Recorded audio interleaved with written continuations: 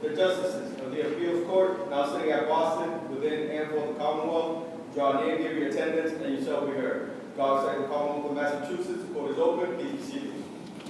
Thank you, Gio. Good morning. Morning. Welcome to the Massachusetts Appeals Court. My name is Judge Desmond.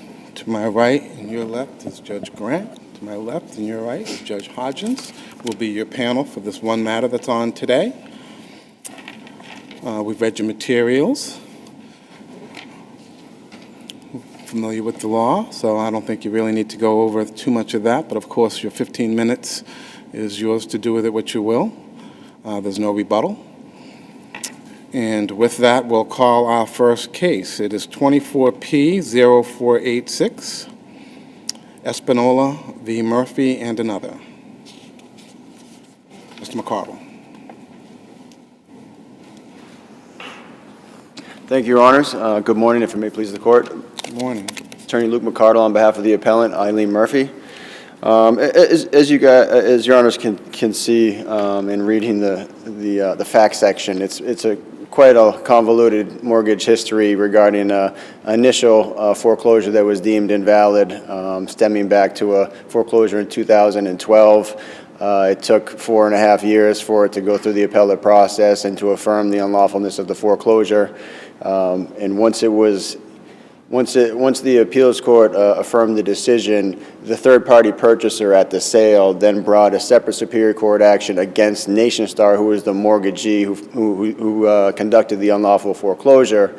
That ended up settling. I don't know what the settlement was between those two parties, but as part of the settlement, there was an agreement for judgment that was entered, which affirmatively voided the foreclosure deed, and revived and reinstated the mortgage, my client's mortgage, and that was January of 2017.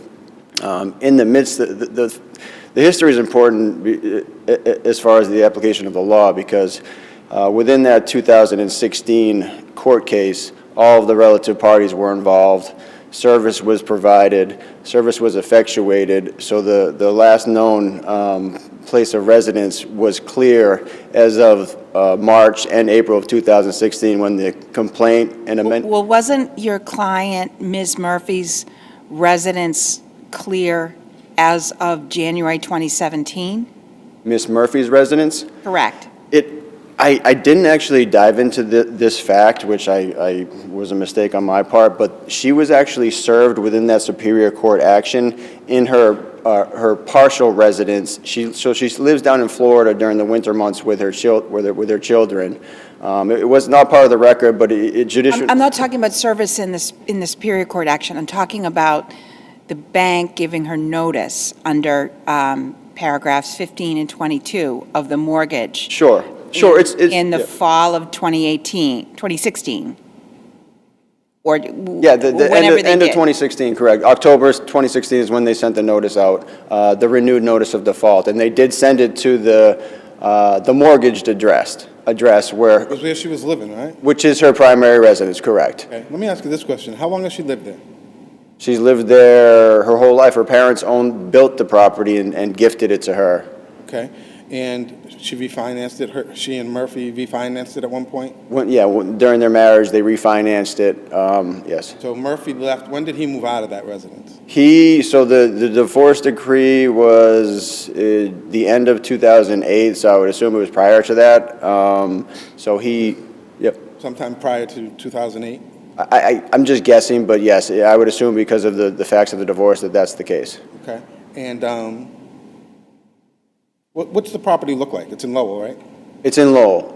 It at one time was in good condition and a nice property, but because of the foreclosure in 2012, she didn't know what was going to happen, obviously, so she did not keep up with the property. It kind of fell into disrepair to some degree. That's why she doesn't stay in the winter. I don't think the heating systems work properly, so in the winter she goes and spends time with her children. She's a teacher, and I think at this point. The question was, what does the property look like? Is it a single family? Is it a multifamily? Is it an apartment? Sorry, Is it it's a condo? a single family residence. I apologize. I misunderstood the question. Single family residence, a couple of bedrooms. How many bedrooms? Say that again, sorry. How many bedrooms? How many bedrooms is it? I don't know off the top of my head. I don't want to guess. I would assume it's just a standard My brother might know his client. I have questions purchased. for him next. Sure. But how many, has she ever paid any mortgage payments? Yeah, of course. She paid mortgage payments throughout from the time of the origination of the mortgage. They collectively paid the mortgage until the time of the divorce, when the divorce decree. After that, after 2008, did she pay any mortgage payments? No, because Paul was obligated pursuant to the divorce decree to pay the mortgage obligation until the children graduated from high school. And so when he changed the notice address. When did the kids, show me, where in the record is that? Show me that. The notice address being changed? Yeah, show me that. Where in It's, the- you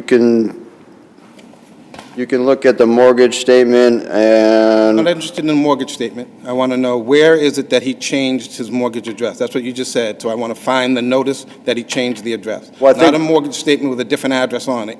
I want the that's document. that's all I have, Your Honor. All I have is. That doesn't mean he changed his address. I don't know Right, how but they, I don't know how they ended up sending it there, but that's not a But change of the address. facts were not disputed. I'm asking you, you're citing in your papers that he changed the address, and I'm asking you to show me in the record where he did that. It's in her affidavit. I'm not interested in her affidavit. Show me in the Those are record. the only records in the entire. You can't show me in the record where he changed his address. Because I don't represent Paul. I know, but you there's- represent that It's he impossible for me to understand that information. You represent that he changed his address. That's your representation in your brief. Based on an affidavit of my client and based on the clear evidence of the mortgage statements being changed, that if mortgage statements don't go to an address if the notice address isn't changed, all of the mortgage statements. Is a mortgage address to which a mortgage bill is sent the same thing as a notice address? Yeah, correct. How do we know it's the same address? Can't somebody have an address to which their bills are sent, like someone's living in Florida for the winter, and they say, send me my mortgage in Florida for the winter, but the notice address for foreclosure could still be Lowell? You can only have one notice address under paragraph 15. Right. So once you see that the mortgage statements are being sent to one address, that is the only notice address. Where does it say that the mortgage address, this address on the mortgage statement is the notice address? It's implied as part, it's implied as part of the contract. Once you change the notice address, that's where all of the documentation regarding the mortgage is sent to the notice address. So if somebody says, for the winter, send my mortgage statements to Florida, then, They would have to change it back if they wanted to change it. They would continue to go to Florida forever until the notice address was changed. That's my understanding about paragraph 15 has always worked with mortgage companies. Once you provide a notice address, if you change it, it stays that until you change it again. And Where would that, you change it at? you'd have to give direct notice. So how come you don't have that? How come I don't have that direct notice? You seem to be relying on that. Because it was effectuated 15 years ago at some point. I don't hear Mr. Murphy saying I changed the notice address. Mr. Murphy's not part of this proceeding. I understand, ironically. Sure, I don't have a great answer for you, obviously, on this subject, because it's evidence that I don't have. Nation Star wasn't a party to this case.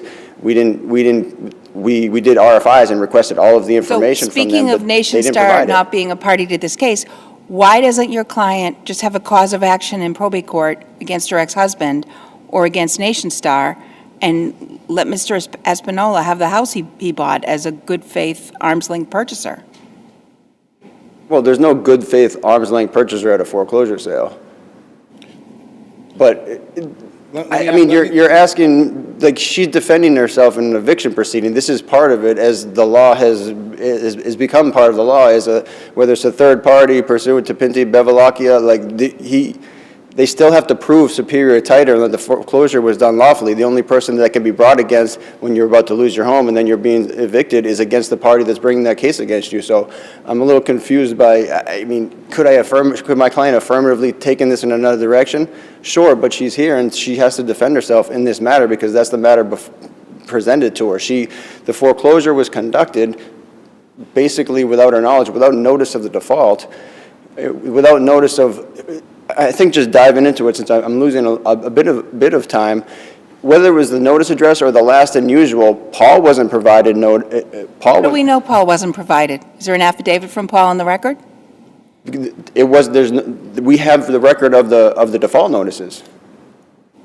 It was absolutely not sent to his address, the notice address, or his last and known. It can't be, I think it can't be disputed. We have the record notice of defaults that were provided as RFIs from NationStar. Those were the only default notices provided, the ones that were sent to the property address, care of our offices. So she never paid any mortgage because she was under the belief that Mr. Murphy was paying the mortgage. And by the way, was it an acrimonious divorce? Was it a... Acrimonious, was it? I mean, it seemed like it got relatively contentious. There was a bunch of contempt, back and forth orders regarding the non-payment of when she found out about this, because part of the divorce decree was he was supposed to deed her the property. He never did it, and then she was supposed to refinance and pay off this mortgage and get into her own payment plan within the 2-year period prior to their kids going to college or whatnot. There was some period of time where he was supposed to continue to pay. When she goes to refinance, she has default on her record. I believe that's when she first found out about the default status, because she wasn't receiving direct notice, and that's when she retained our offices. For months, we tried to even talk to NationStar. They wouldn't speak to Miss Murphy or my office because they said she wasn't an obligor on the note, so she didn't have authority to deal with loss mitigation or otherwise deal with the mortgage obligation, even though she's a borrower. When she got that communication, what did she do? When she said, I can't even communicate with them because I'm on the note, did she have some conversation with Mr. Murphy about how to resolve that? Yes, because it was during the contentious divorce period and they were going back and forth, it took my office a lengthy time to even get authorization from Paul for us to be able to even talk to NationStar to try to deal with it. And by that time, they had already pushed to foreclose, and that was the first foreclosure back in 2012, and that's why we had to unwind that one. Sure. And I think the bigger issue is that she was more than willing to sell the property and pay off this loan in full. She preferred not to. She wanted to refinance it, but the default status got in the way of her refinancing abilities because of, obviously, the credit situation. If you have any default on your record regarding a mortgage, they won't allow you to refinance within a certain period of time. Let me ask you this question. What did I think it's Mr. ESPINOLA, yeah. Did he do anything wrong? Or Absolutely not. Or does he have completely clean He's a hands? he's an innocent third party, 100%. Bona fide purchaser, right? He's not a bona fide purchaser. It's not the law, no. No? But clean title. He got a title examiner. There was an affidavit that was attached to it. What would have led him to believe that there was some infirmity? Sure, there was actually correspondence during the title examination that he suggested to the title attorneys at Harmon Law, or the foreclosing attorneys, that they thought that it might be a defective foreclosure. There's actually correspondence that I cite within my brief that goes to Harmon Law, and Harmon Law has to try to substantiate the validity of the foreclosure. There's exhibits within my submission regarding it already being an issue, and the title might be a problem. That was from the first round? No, this is the second round. And Is that because of the words CO Law Offices of Michael M. McArdle included on the address? I think that was part of it. They were saying that they thought that it wasn't effective notice as well. What's your best case that says that having extra language like that in the address? I honestly don't have a best case for that. I haven't seen one, to be honest with you. We did look to see if that was something that had been decided at the higher court level regarding notice to the attorneys. I presume it wouldn't be a huge issue, other than the fact that this care of was sent to a law office that address that didn't exist, and the nation. But it had your client's name on it at that address. It certainly did. It had my client's name on it at that address. They were also all unclaimed and returned to sender, so they had noticed that they weren't received, notwithstanding, I know notice is assumed on mailing, but the fact is that actual notice wasn't received because they were returned to sender, and the documentation shows that within the exhibits. I think the other aspect of the case is regarding what do you do when you have an unlawful foreclosure that takes 4 years to unwind, and the bank says, oh, we get a do-over. We're just going to add in all of the taxes and insurance and late fees and interest onto this loan and just saddle it onto the top of the loan and say, now you owe $100,000 to reinstate instead of $5,000 to reinstate at the time of the foreclosure. You do an unlawful foreclosure. 4 years, and you say, oh, oops, redo. We're just going to add in all of these expenses on top of your loan and then demand payment as soon as we unwind the foreclosure. How is that fair? Where does it say that the notice that was sent to your client at 44 Eastview Street was returned to sender? Because I see at page 372, it says 10, first-class mail, 10/19/2016, Waltz event mailed. I don't know what Waltz event means, but it says it was... well, first-class mail, you don't have any idea because they don't have a record of it received, but the ones that are certified, that are above that, they show that they were all on claim. So Well, does paragraph 15 require more than one manner of service?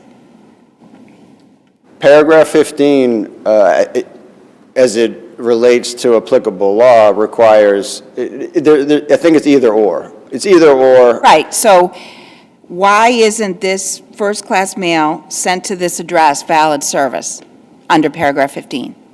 It might, there's an argument there. There's an argument there, but there's two borrowers. I understand there's two borrowers. Mr. Murphy's not complaining, right? He's not here complaining. I get it. What do we- Exactly. Well, this is the place for him to be doing it. Sure, but he's the obligor on the note, so I understand that. There's a little bit of a gray area there, but it was also not sent to her known attorneys of record. What do we do with notice to any one borrower shall constitute notice to all borrowers unless applicable law expressly requires otherwise? Do you have a case that says that Yeah, I think the notice Benson, to her? I think the Benson case is the one case that I cited regarding the application of paragraph 15 and 35A and the manner in which the notice needs to be sent. Otherwise, I agree. There's some arguments that there's gray area because there's not really any sound decisions at the higher court levels regarding some of these issues, especially regarding the accounting issue is a huge one for me, which I think we can infer from the fact that paragraph 22 says shall inform the borrower, which is defined as both borrowers, notice needs to be sent to both borrowers under paragraph 22, and it says you need to provide them notice of the default, the amount to cure the default. If they send an erroneous amount to cure, how is that strictly compliant? What do we do with, in paragraph 15, the notice address shall be the property address unless borrower has designated a substitute notice address by notice to lender? You want us to infer from that 2011 mortgage statement sent to Derry, New Hampshire, that as of 2016, the notice address was Derry, New Hampshire? Well, that combined with the affidavit from Ms. Murphy that said no statements or anything was ever sent to her property address. She had no idea what was going on because none of the correspondence from the mortgage, and you can see from the correspondence with Nation Star that they didn't deal with. She says things like, I never received this default notice, but my attorney provided me with a copy years later, and I had no notice of the foreclosure or that Nation Star was again seeking to foreclosure until in or around the time of the auction. She's very vague about when she received notice of things. Can't we infer from that the first-class mail notice was actually valid? I would say no, but Why do you say no to that? To be able to infer that the first-class mail notice was valid? Yeah. Why do you say no to that? I mean, they sent it to her address. Why would you say that that's not valid? I would say it's not valid because that was not the notice address under the mortgage. I mean, it seems that they were trying to send it, having gone through it the first time wrongfully, incorrectly, that they were trying to send it to every place they could think of to make sure that they got the notice correct. I think it was the opposite because they were just involved in a Superior Court case where they had notice of Paul's addresses and Eileen's Florida address, my office address, and they didn't send it to not one of those four addresses. I thought they sent it to the property address. They sent it to the property address. And That were sent, care of my office to the property address, correct.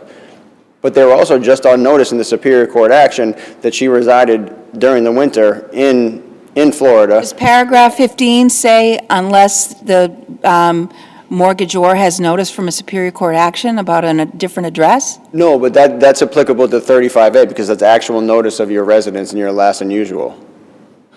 You know, I'm still hung up on what you said about it being returned to sender, because that actually, you'd agree, that's actually not in the record, right? That it was returned to sender? Returned to sender. Correct. Okay. So the best you have is that the notice was sent to that address, just had additional names on the address, right? Your father's name, right? Correct. Okay. And it was unclaimed. Right. So that could be the person at the residence sees it in the mailbox, I'm not touching that, and just leaves it unclaimed, right? Potentially, they can do that if they knock on the door and try to serve it or get the green card receipt. So that's a possibility, that it's just like willful blindness. Well, I'm not going to. Certainly. The facts do show that she wasn't actually at the property during this time period over the winter. So I would argue actual notice absolutely didn't happen. Did they pass muster as far as legal notice to the property? If that's declared the notice address, and to some degree, did they pass muster on that? Maybe. Would it be a fact that should be disputed and gone to trial on? I think probably. Because we probably needed more evidence and testimony regarding some of the gray areas that you guys have brought up that I don't have all the answers on. And the judge determined at the lower court level that there was no material dispute regarding the facts that I outlined in the summary judgment motion that were supported by enough evidence in his eyes that there was no dispute as to those material facts. So then he was just saying, but the application of the law is what his decision was based on, and that's what I'm asking you guys to base your decision on, the application of the law to the facts that he determined were not in dispute. I think we get it. Thank you, Your Honor. Thank you, Mr. Attorney Eaton. Morning, Honors. Representing Gene Espinola, the appellee in this matter. Was notice changed by Mr. Murphy? I don't know. But it was, as far as I can tell from the record, it was not changed for the appellant. It has always been the property address from all of the evidence presented. That has always been her mailing address, as appears from the record for Nation Star. At the Lowell property? At the Lowell property. And as we've discussed, the mailing was made to the property. Evidence of the mailing is there, although unclaimed, and rightfully noted that the regular mail was not apparently returned. So that mailing in and of itself is compliance with paragraph 15. Notice to one is notice to both, so that issue seems to be resolved because of the proper mailing to the property address to the appellant. What about the foreclosure sale,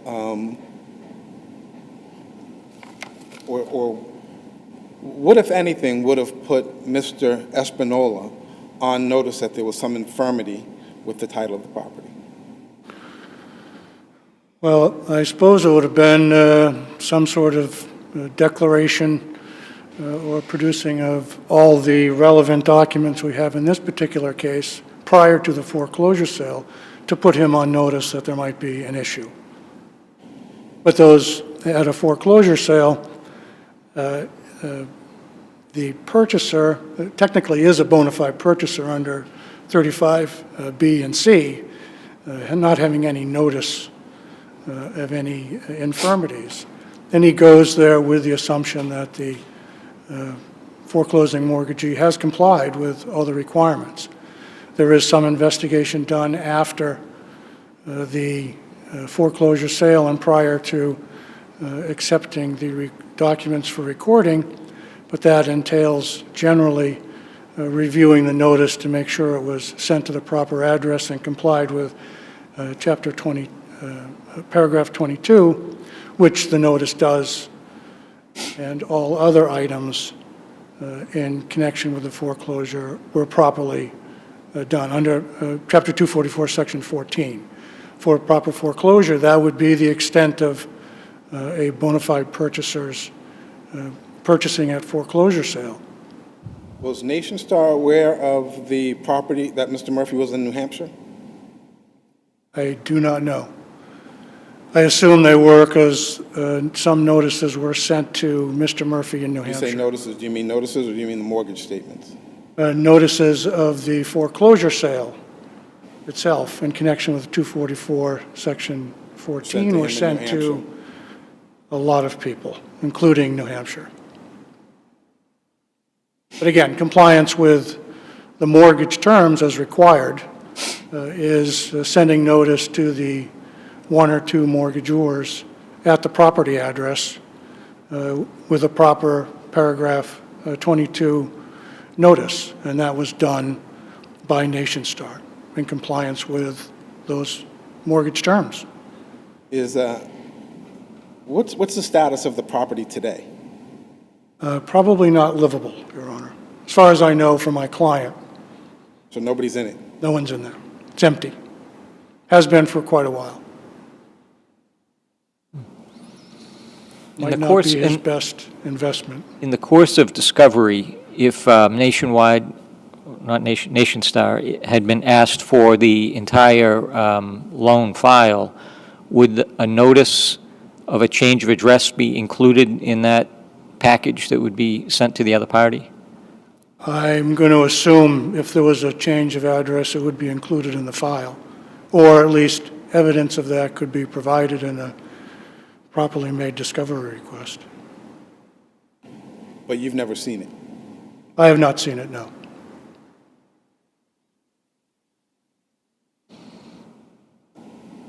What else would you like to tell us? Excuse me, Your Honor? What else would you like to tell us, if anything?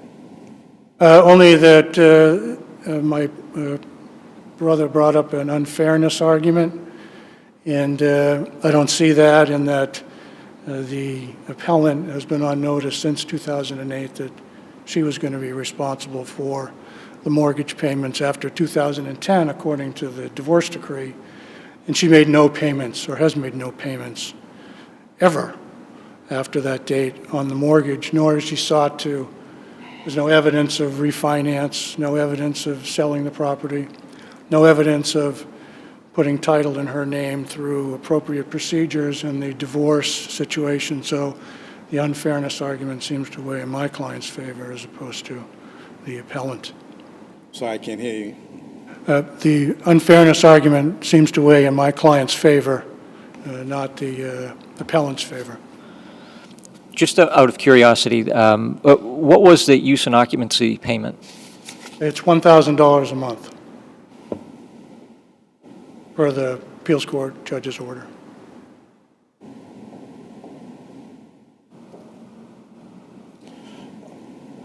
No, I have nothing further, Your Honor. Matter stands Thank you. submitted. Thank you both. That concludes our business and our session for the day. Court's in recess.